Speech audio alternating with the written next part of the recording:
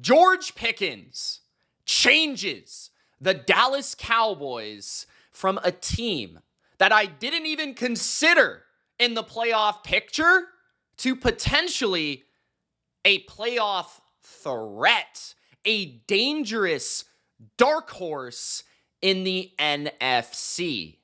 Today, the Pittsburgh Steelers traded big-time playmaker George Pickens to the Dallas Cowboys for a 2026 third-round selection and a pick swap in 2027. To be exact, a 5th and 6th round pick. In this video, I want to describe why I believe Dallas is now a dangerous dark horse in the NFC thanks to this trade. George Pickens fundamentally changes my perspective of the Cowboys in 2025. He fundamentally alters their offense. He makes Dak Prescott a better player. He makes CeeDee Lamb a better player. George Pickens could be the move that the Cowboys were desperately needing. Gronk, spike the like button if you're with me. Comment below your opinion on this trade. Let's get to it. George Pickens to the Dallas Cowboys. And I just want to riff and rant about the Cowboys in general, because this is a football team that has had a pretty strong offseason. I think they've had a pretty good draft. I think the Cowboys are just generally, for the Dallas Cowboys, slipping under the radar this offseason. And I think this is a move that lets us know Jerry Jones is not messing around. He doesn't care if George Pickens has a personality that might be a little over the top. It might be a little wild, but maybe, just maybe, he's the right type of crazy for the Cowboys and Jerry Jones. So let's begin with George Pickens, the player, and why I love him inside the Cowboys offense. First of all, George Pickens is a very good football player. He's very young as well. Pickens has played 3 NFL seasons, and he's only 24 years old. He just turned 24 in March. He is a young football player, and he's entering a contract year. So the Cowboys can actually use George Pickens potentially at his peak of good attitude, let's call it. If he wants to get paid, if he wants to be a top-notch wide receiver in this league in terms of dollars and cents, he is going to have to behave. It's his 4th season, which means he wants to get paid. Last year, he played 14 games. He had 900 yards on 59 catches. That is an average of 15 yards per reception. And George Pickens has averaged no less than 15.3 yards per reception through every season of his career, including leading the NFL in yards per catch in 2023. A season in which he had 1,100 yards and 5 touchdowns. Pickens is a big-time ex-perimeter wide receiver that perfectly complements the skill set of CeeDee Lamb.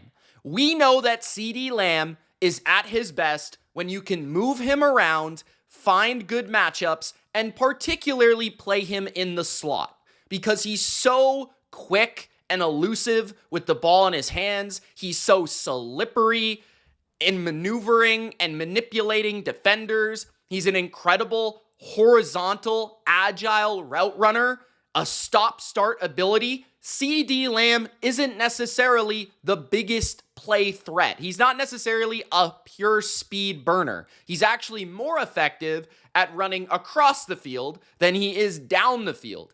George Pickens is sort of the opposite. He's more of a downfield wide receiver, a perimeter player, and a jump ball specialist. The things that CeeDee Lamb does well, Pickens doesn't do as well. The things that Pickens do very well, CeeDee Lamb maybe has the lone weaknesses or smaller areas of deficiency in his game. It's hard to say that CeeDee Lamb has a lot of deficiencies because he's amazing. But if he had lesser aspects of his game, like let's say the physicality and the ball winning ability, that's what George Pickens does at an elite level. Think of Michael Gallup, but on steroids. That's kind of what George Pickens is. He's explosive. He's a downfield perimeter option. He's 6'3", 200 pounds, and he can make some of the most ludicrous one-on-one contested catches in the NFL. Last season, Pro Football Focus actually graded George Pickens as a better wide receiver than CeeDee Lamb. Now, take that with a grain of salt, but that's just their grading. According to yards per route run, CeeDee Lamb was 13th, right? And Pickens was still a top 23 wide receiver, 23rd in yards per route run, despite multiple quarterbacks, Justin Fields, Russell Wilson, not exactly the most sound or schematically efficient offense in the world in Pittsburgh, which also speaks to his skill set. On top of that, I personally believe that Pickens is one of the better yards after catch threats in the NFL when it comes to taking a slant and being dangerous with the football. He's actually really funky and difficult to take down in the open field because he's sort of slippery for a bigger, taller wide receiver, and he's extremely wild and physical. He brings his attitude to the field in that regard. Now, you're going to have to manage the personality of Pickens to get the most out of him. You're going to have to make sure he gets some targets. But I don't necessarily think that's going to be a problem within an offense that doesn't have a lot of targets to go around. Honestly, like in terms of they don't have a lot of big-time players. They don't really want Ferguson, their tight end, to be their number 2 option in the passing game. They'd rather him be a 3 or a 4, right? CeeDee Lamb's obviously going to get 100-plus catches, like 200 targets or whatever. But Pickens is that other guy that can generate big plays, that can be a threat in the red zone, that when you're doubling CeeDee Lamb, you have to look at George Pickens as a big-time threat to beat one-on-one coverage. And if he gets a step, he actually is fast enough to burn you for a big play if he gets the ball in his hands simply on a 9-yard, 8-yard route or like a slant or something. So I think this is a awesome combination for the Cowboys. Like, I think they perfectly complement each other. This is kind of the reason that I think the Cowboys fandom and Cowboys fans wanted somebody like T-Mac in the draft because of that X-perimeter body type and also that ability to win outside. I think Pickens offers exactly that for the Cowboys, and he's also only 24 years old, probably on the best behavior possible for this human being, given that he's in a contract year, you would hope. And then also, he is super explosive, and he is going to allow Dak Prescott to getting back to throwing the ball down the field, which has been a deficiency of Dallas for like the last 4 or 5 years, in my opinion. Dak Prescott just throwing the ball vertically on go balls and things like that, I just haven't seen much of it. I mean, it just didn't really exist for them. It was all about precision within the numbers and everything like that when it came to Dak. But this should also help Dak find his game again, which last year it felt like he didn't really play that well, even when he was healthy. So I think this is an excellent move for them. Now they've got 2 guys that can win, 2 guys that can run routes, 2 guys that can create big plays in their offense at wide receiver. And when you talk about the coaching change, where a lot of people have been suspect about the Dallas Cowboys going to Schottenheimer over McCarthy, the one thing that I think Schottenheimer does offer is he's an excellent run schemer.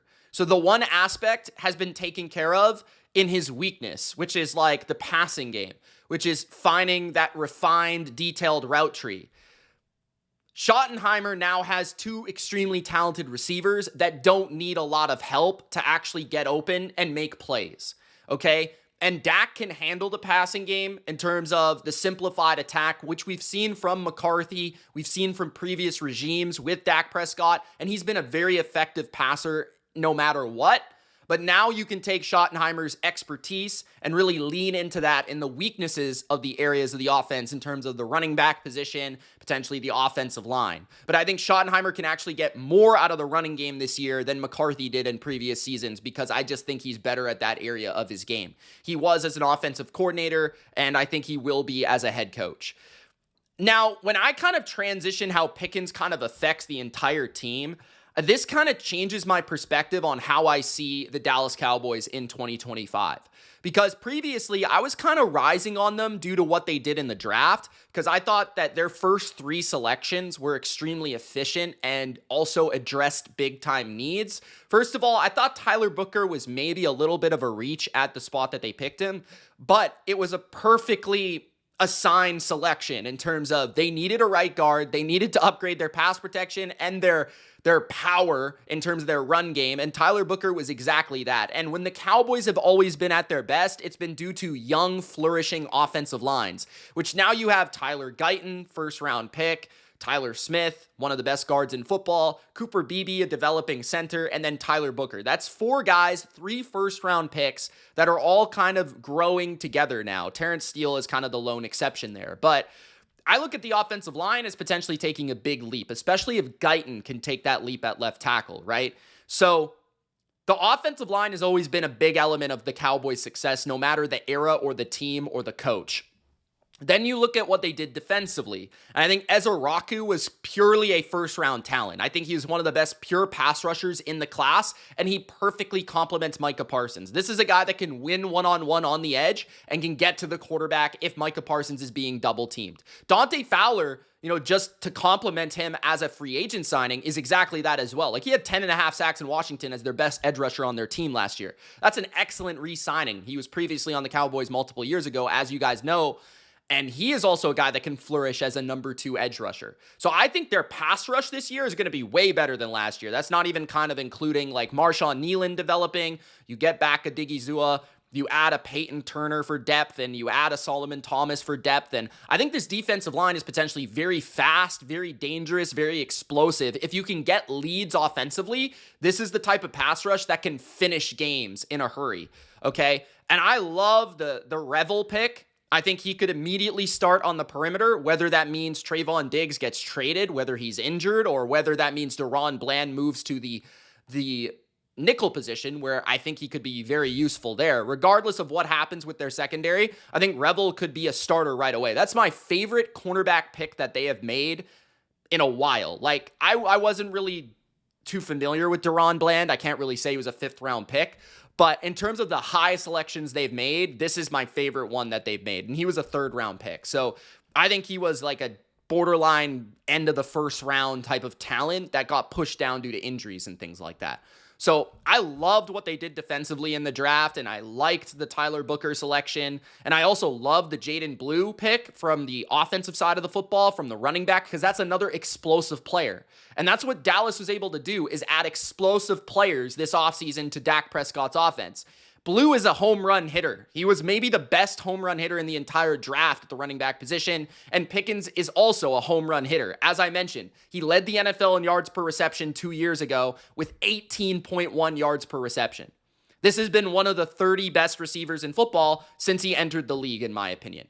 Right? He has had no less than 800 yards in his career in 3 seasons. He's had a 900-yard season in only 14 games. He had an 1,100-yard season in 2023. And just from a physical makeup perspective, he's big, he's fast, he's physical. He's a little crazy, but perhaps that's kind of what the Cowboys have needed, is a little bit of edge, a little bit of psycho within their program. Because it feels like they've maybe been lacking that. Somebody that can get under the skin of their quarterback and get him motivated and get him pushing to better play, okay? But I look at Dallas and I just say, like, this totally changes their offense. This changes how you can move around and manipulate CeeDee Lamb's alignment. This is totally going to change how you can use Turpin within the offense and use him more as, like, you've kind of previously been utilizing him, like as a 3rd, 4th kind of trickery, type of option. Then you can see what you have in Jonathan Mingo, right? You can see if Jalen Tolbert can continue to be that third option and maybe even develop from there, right? You can also add the flavor of Schoonmaker as that second tight end who we kind of saw have a little bit of promise late last season when Jake Ferguson got injured.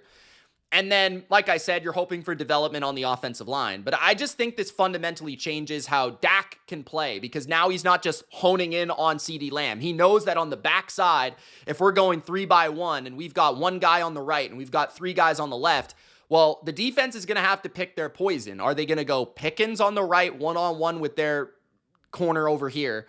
And where's the safety going to shade? Or are they going to shade CeeDee Lamb in the slot on the left side? And then you're also going to have to deal with the speed of Turpin, which is always something dangerous, and then whoever else they put out there. And that's also going to manipulate the defense to how they can stop the run. If you have Pickens and Lamb on the field, it's often going to mean two safeties deep for defenses, which is going to open up, lighter boxes for Javonte Williams or Jaden Blue or Miles Sanders or whoever's taking the football from the quarterback at the time.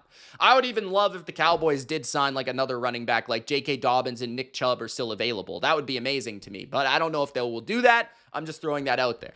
So then defensively, like I said, I think that first of all, Matt Eberflus is an upgrade from the defensive play calling perspective and a fundamental perspective. I would expect the Cowboys to be better against the run this year. I would expect the Cowboys to be better at tackling this year. I would expect the Cowboys to be just more honed in on their particular coverages and what they're going to do. It's going to be a simpler defense than what we saw with Zimmer, but it's going to be probably more effective, right? So I feel like their defensive line, I'm really, really looking forward to it. I do think they have a problem with size, but I feel like their pass rush is going to be really, really dangerous. I like what they did at linebacker this offseason. Kenneth Murray, I thought, had the best season of his career last year with the Titans. He's been a bit up and down, but he's very athletic and he's fast and he can run. Overshown is obviously somebody that we're looking forward to for the Cowboys. Played really well last year and hopefully is healthy. They did use a draft pick on this position. They do have Sanborn from the Bears who provides them a little bit of a floor as well. And then, like I said, I really like the corner position. Their top three corners are very good. We know what their safeties are with Hooker and Wilson and even Bell to a certain degree.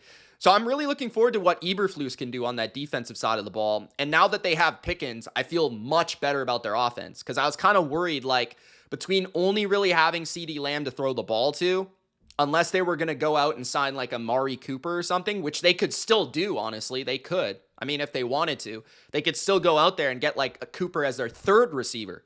That would be excellent, right? And that would probably pretty much keep Lamb in the slot in three wide receiver sets because Cooper can play on the outside. Then on top of that, I was kind of worried about the young offensive line and the lack of pass catchers. But now that you have guys that can separate and make plays down the field quickly, your offensive line is going to be better because of it, right? So, Dallas is interesting, man. Like I said at the beginning of this video, I didn't think they were going to be in the playoff discussion. I didn't think that anyone would really treat them seriously because they're in a division with the Super Bowl champs and the rising gun in Jaden Daniels, right? And I kind of think the Commanders are going to fall a little bit this year just by the nature of luck and the nature of how they performed last season, and I don't think their defense is very good. I think Dallas, there is every opportunity. On paper, the rosters are not that far off. I would actually say Dallas might be more talented than the Commanders. I would probably make an argument that that is the case. I think the Commanders maybe have just a little bit more due to how explosive and fun their offense was last year, but man, it's close. I might put the Cowboys over the Commanders when it's all said and done entering the season, like my standings, my predictions. And then if we're talking about teams that could sneak into the playoffs, Dallas is going to be in that conversation. And if they get in, I feel like with this pass rush and with these receivers, anything can happen. I know Dallas is, and the good thing for Dallas is they're not seen as a favorite. They're not seen as a favorite. Like Philadelphia is seen as a favorite, right? There's many teams in the NFC, Detroit, like the Rams, like there's many more teams that are going to be above them. Dallas can enter with this kind of sense of an underdog as well. New coach, no one knows what's going to happen. But when you've got guys like CeeDee Lamb and Micah Parsons, you've got a chance. So I love this move for them. Like I said, it fundamentally alters my opinion of the team. It totally changes. Now, if Pickens is a head case, I mean, that will obviously hurt them. But like I said, it's kind of like a 1-year investment to see if he is the guy for them long term, to be that complement to CeeDee Lamb. It's kind of like a 1-year deal, you know? And you really, from a trade perspective, a 3rd round pick really, truly is the trade. That's not that bad, especially considering it's for next year's draft. You didn't even have to use the 3rd round pick that you used on Revel to attain him. So, yeah, I think this was an excellent move for Dallas. And I almost want to make another video about the Cowboys. Let me know if you guys want to see that. Let's say if we get to 75 likes on this video, I might make another video entirely breaking down why I think the Cowboys could be a dark horse in 2025. If that's a video you want to see, let me know in the comments. But thank you so much for watching. Don't be a jabroni and subscribe, and I'll see you in the next video. Peace.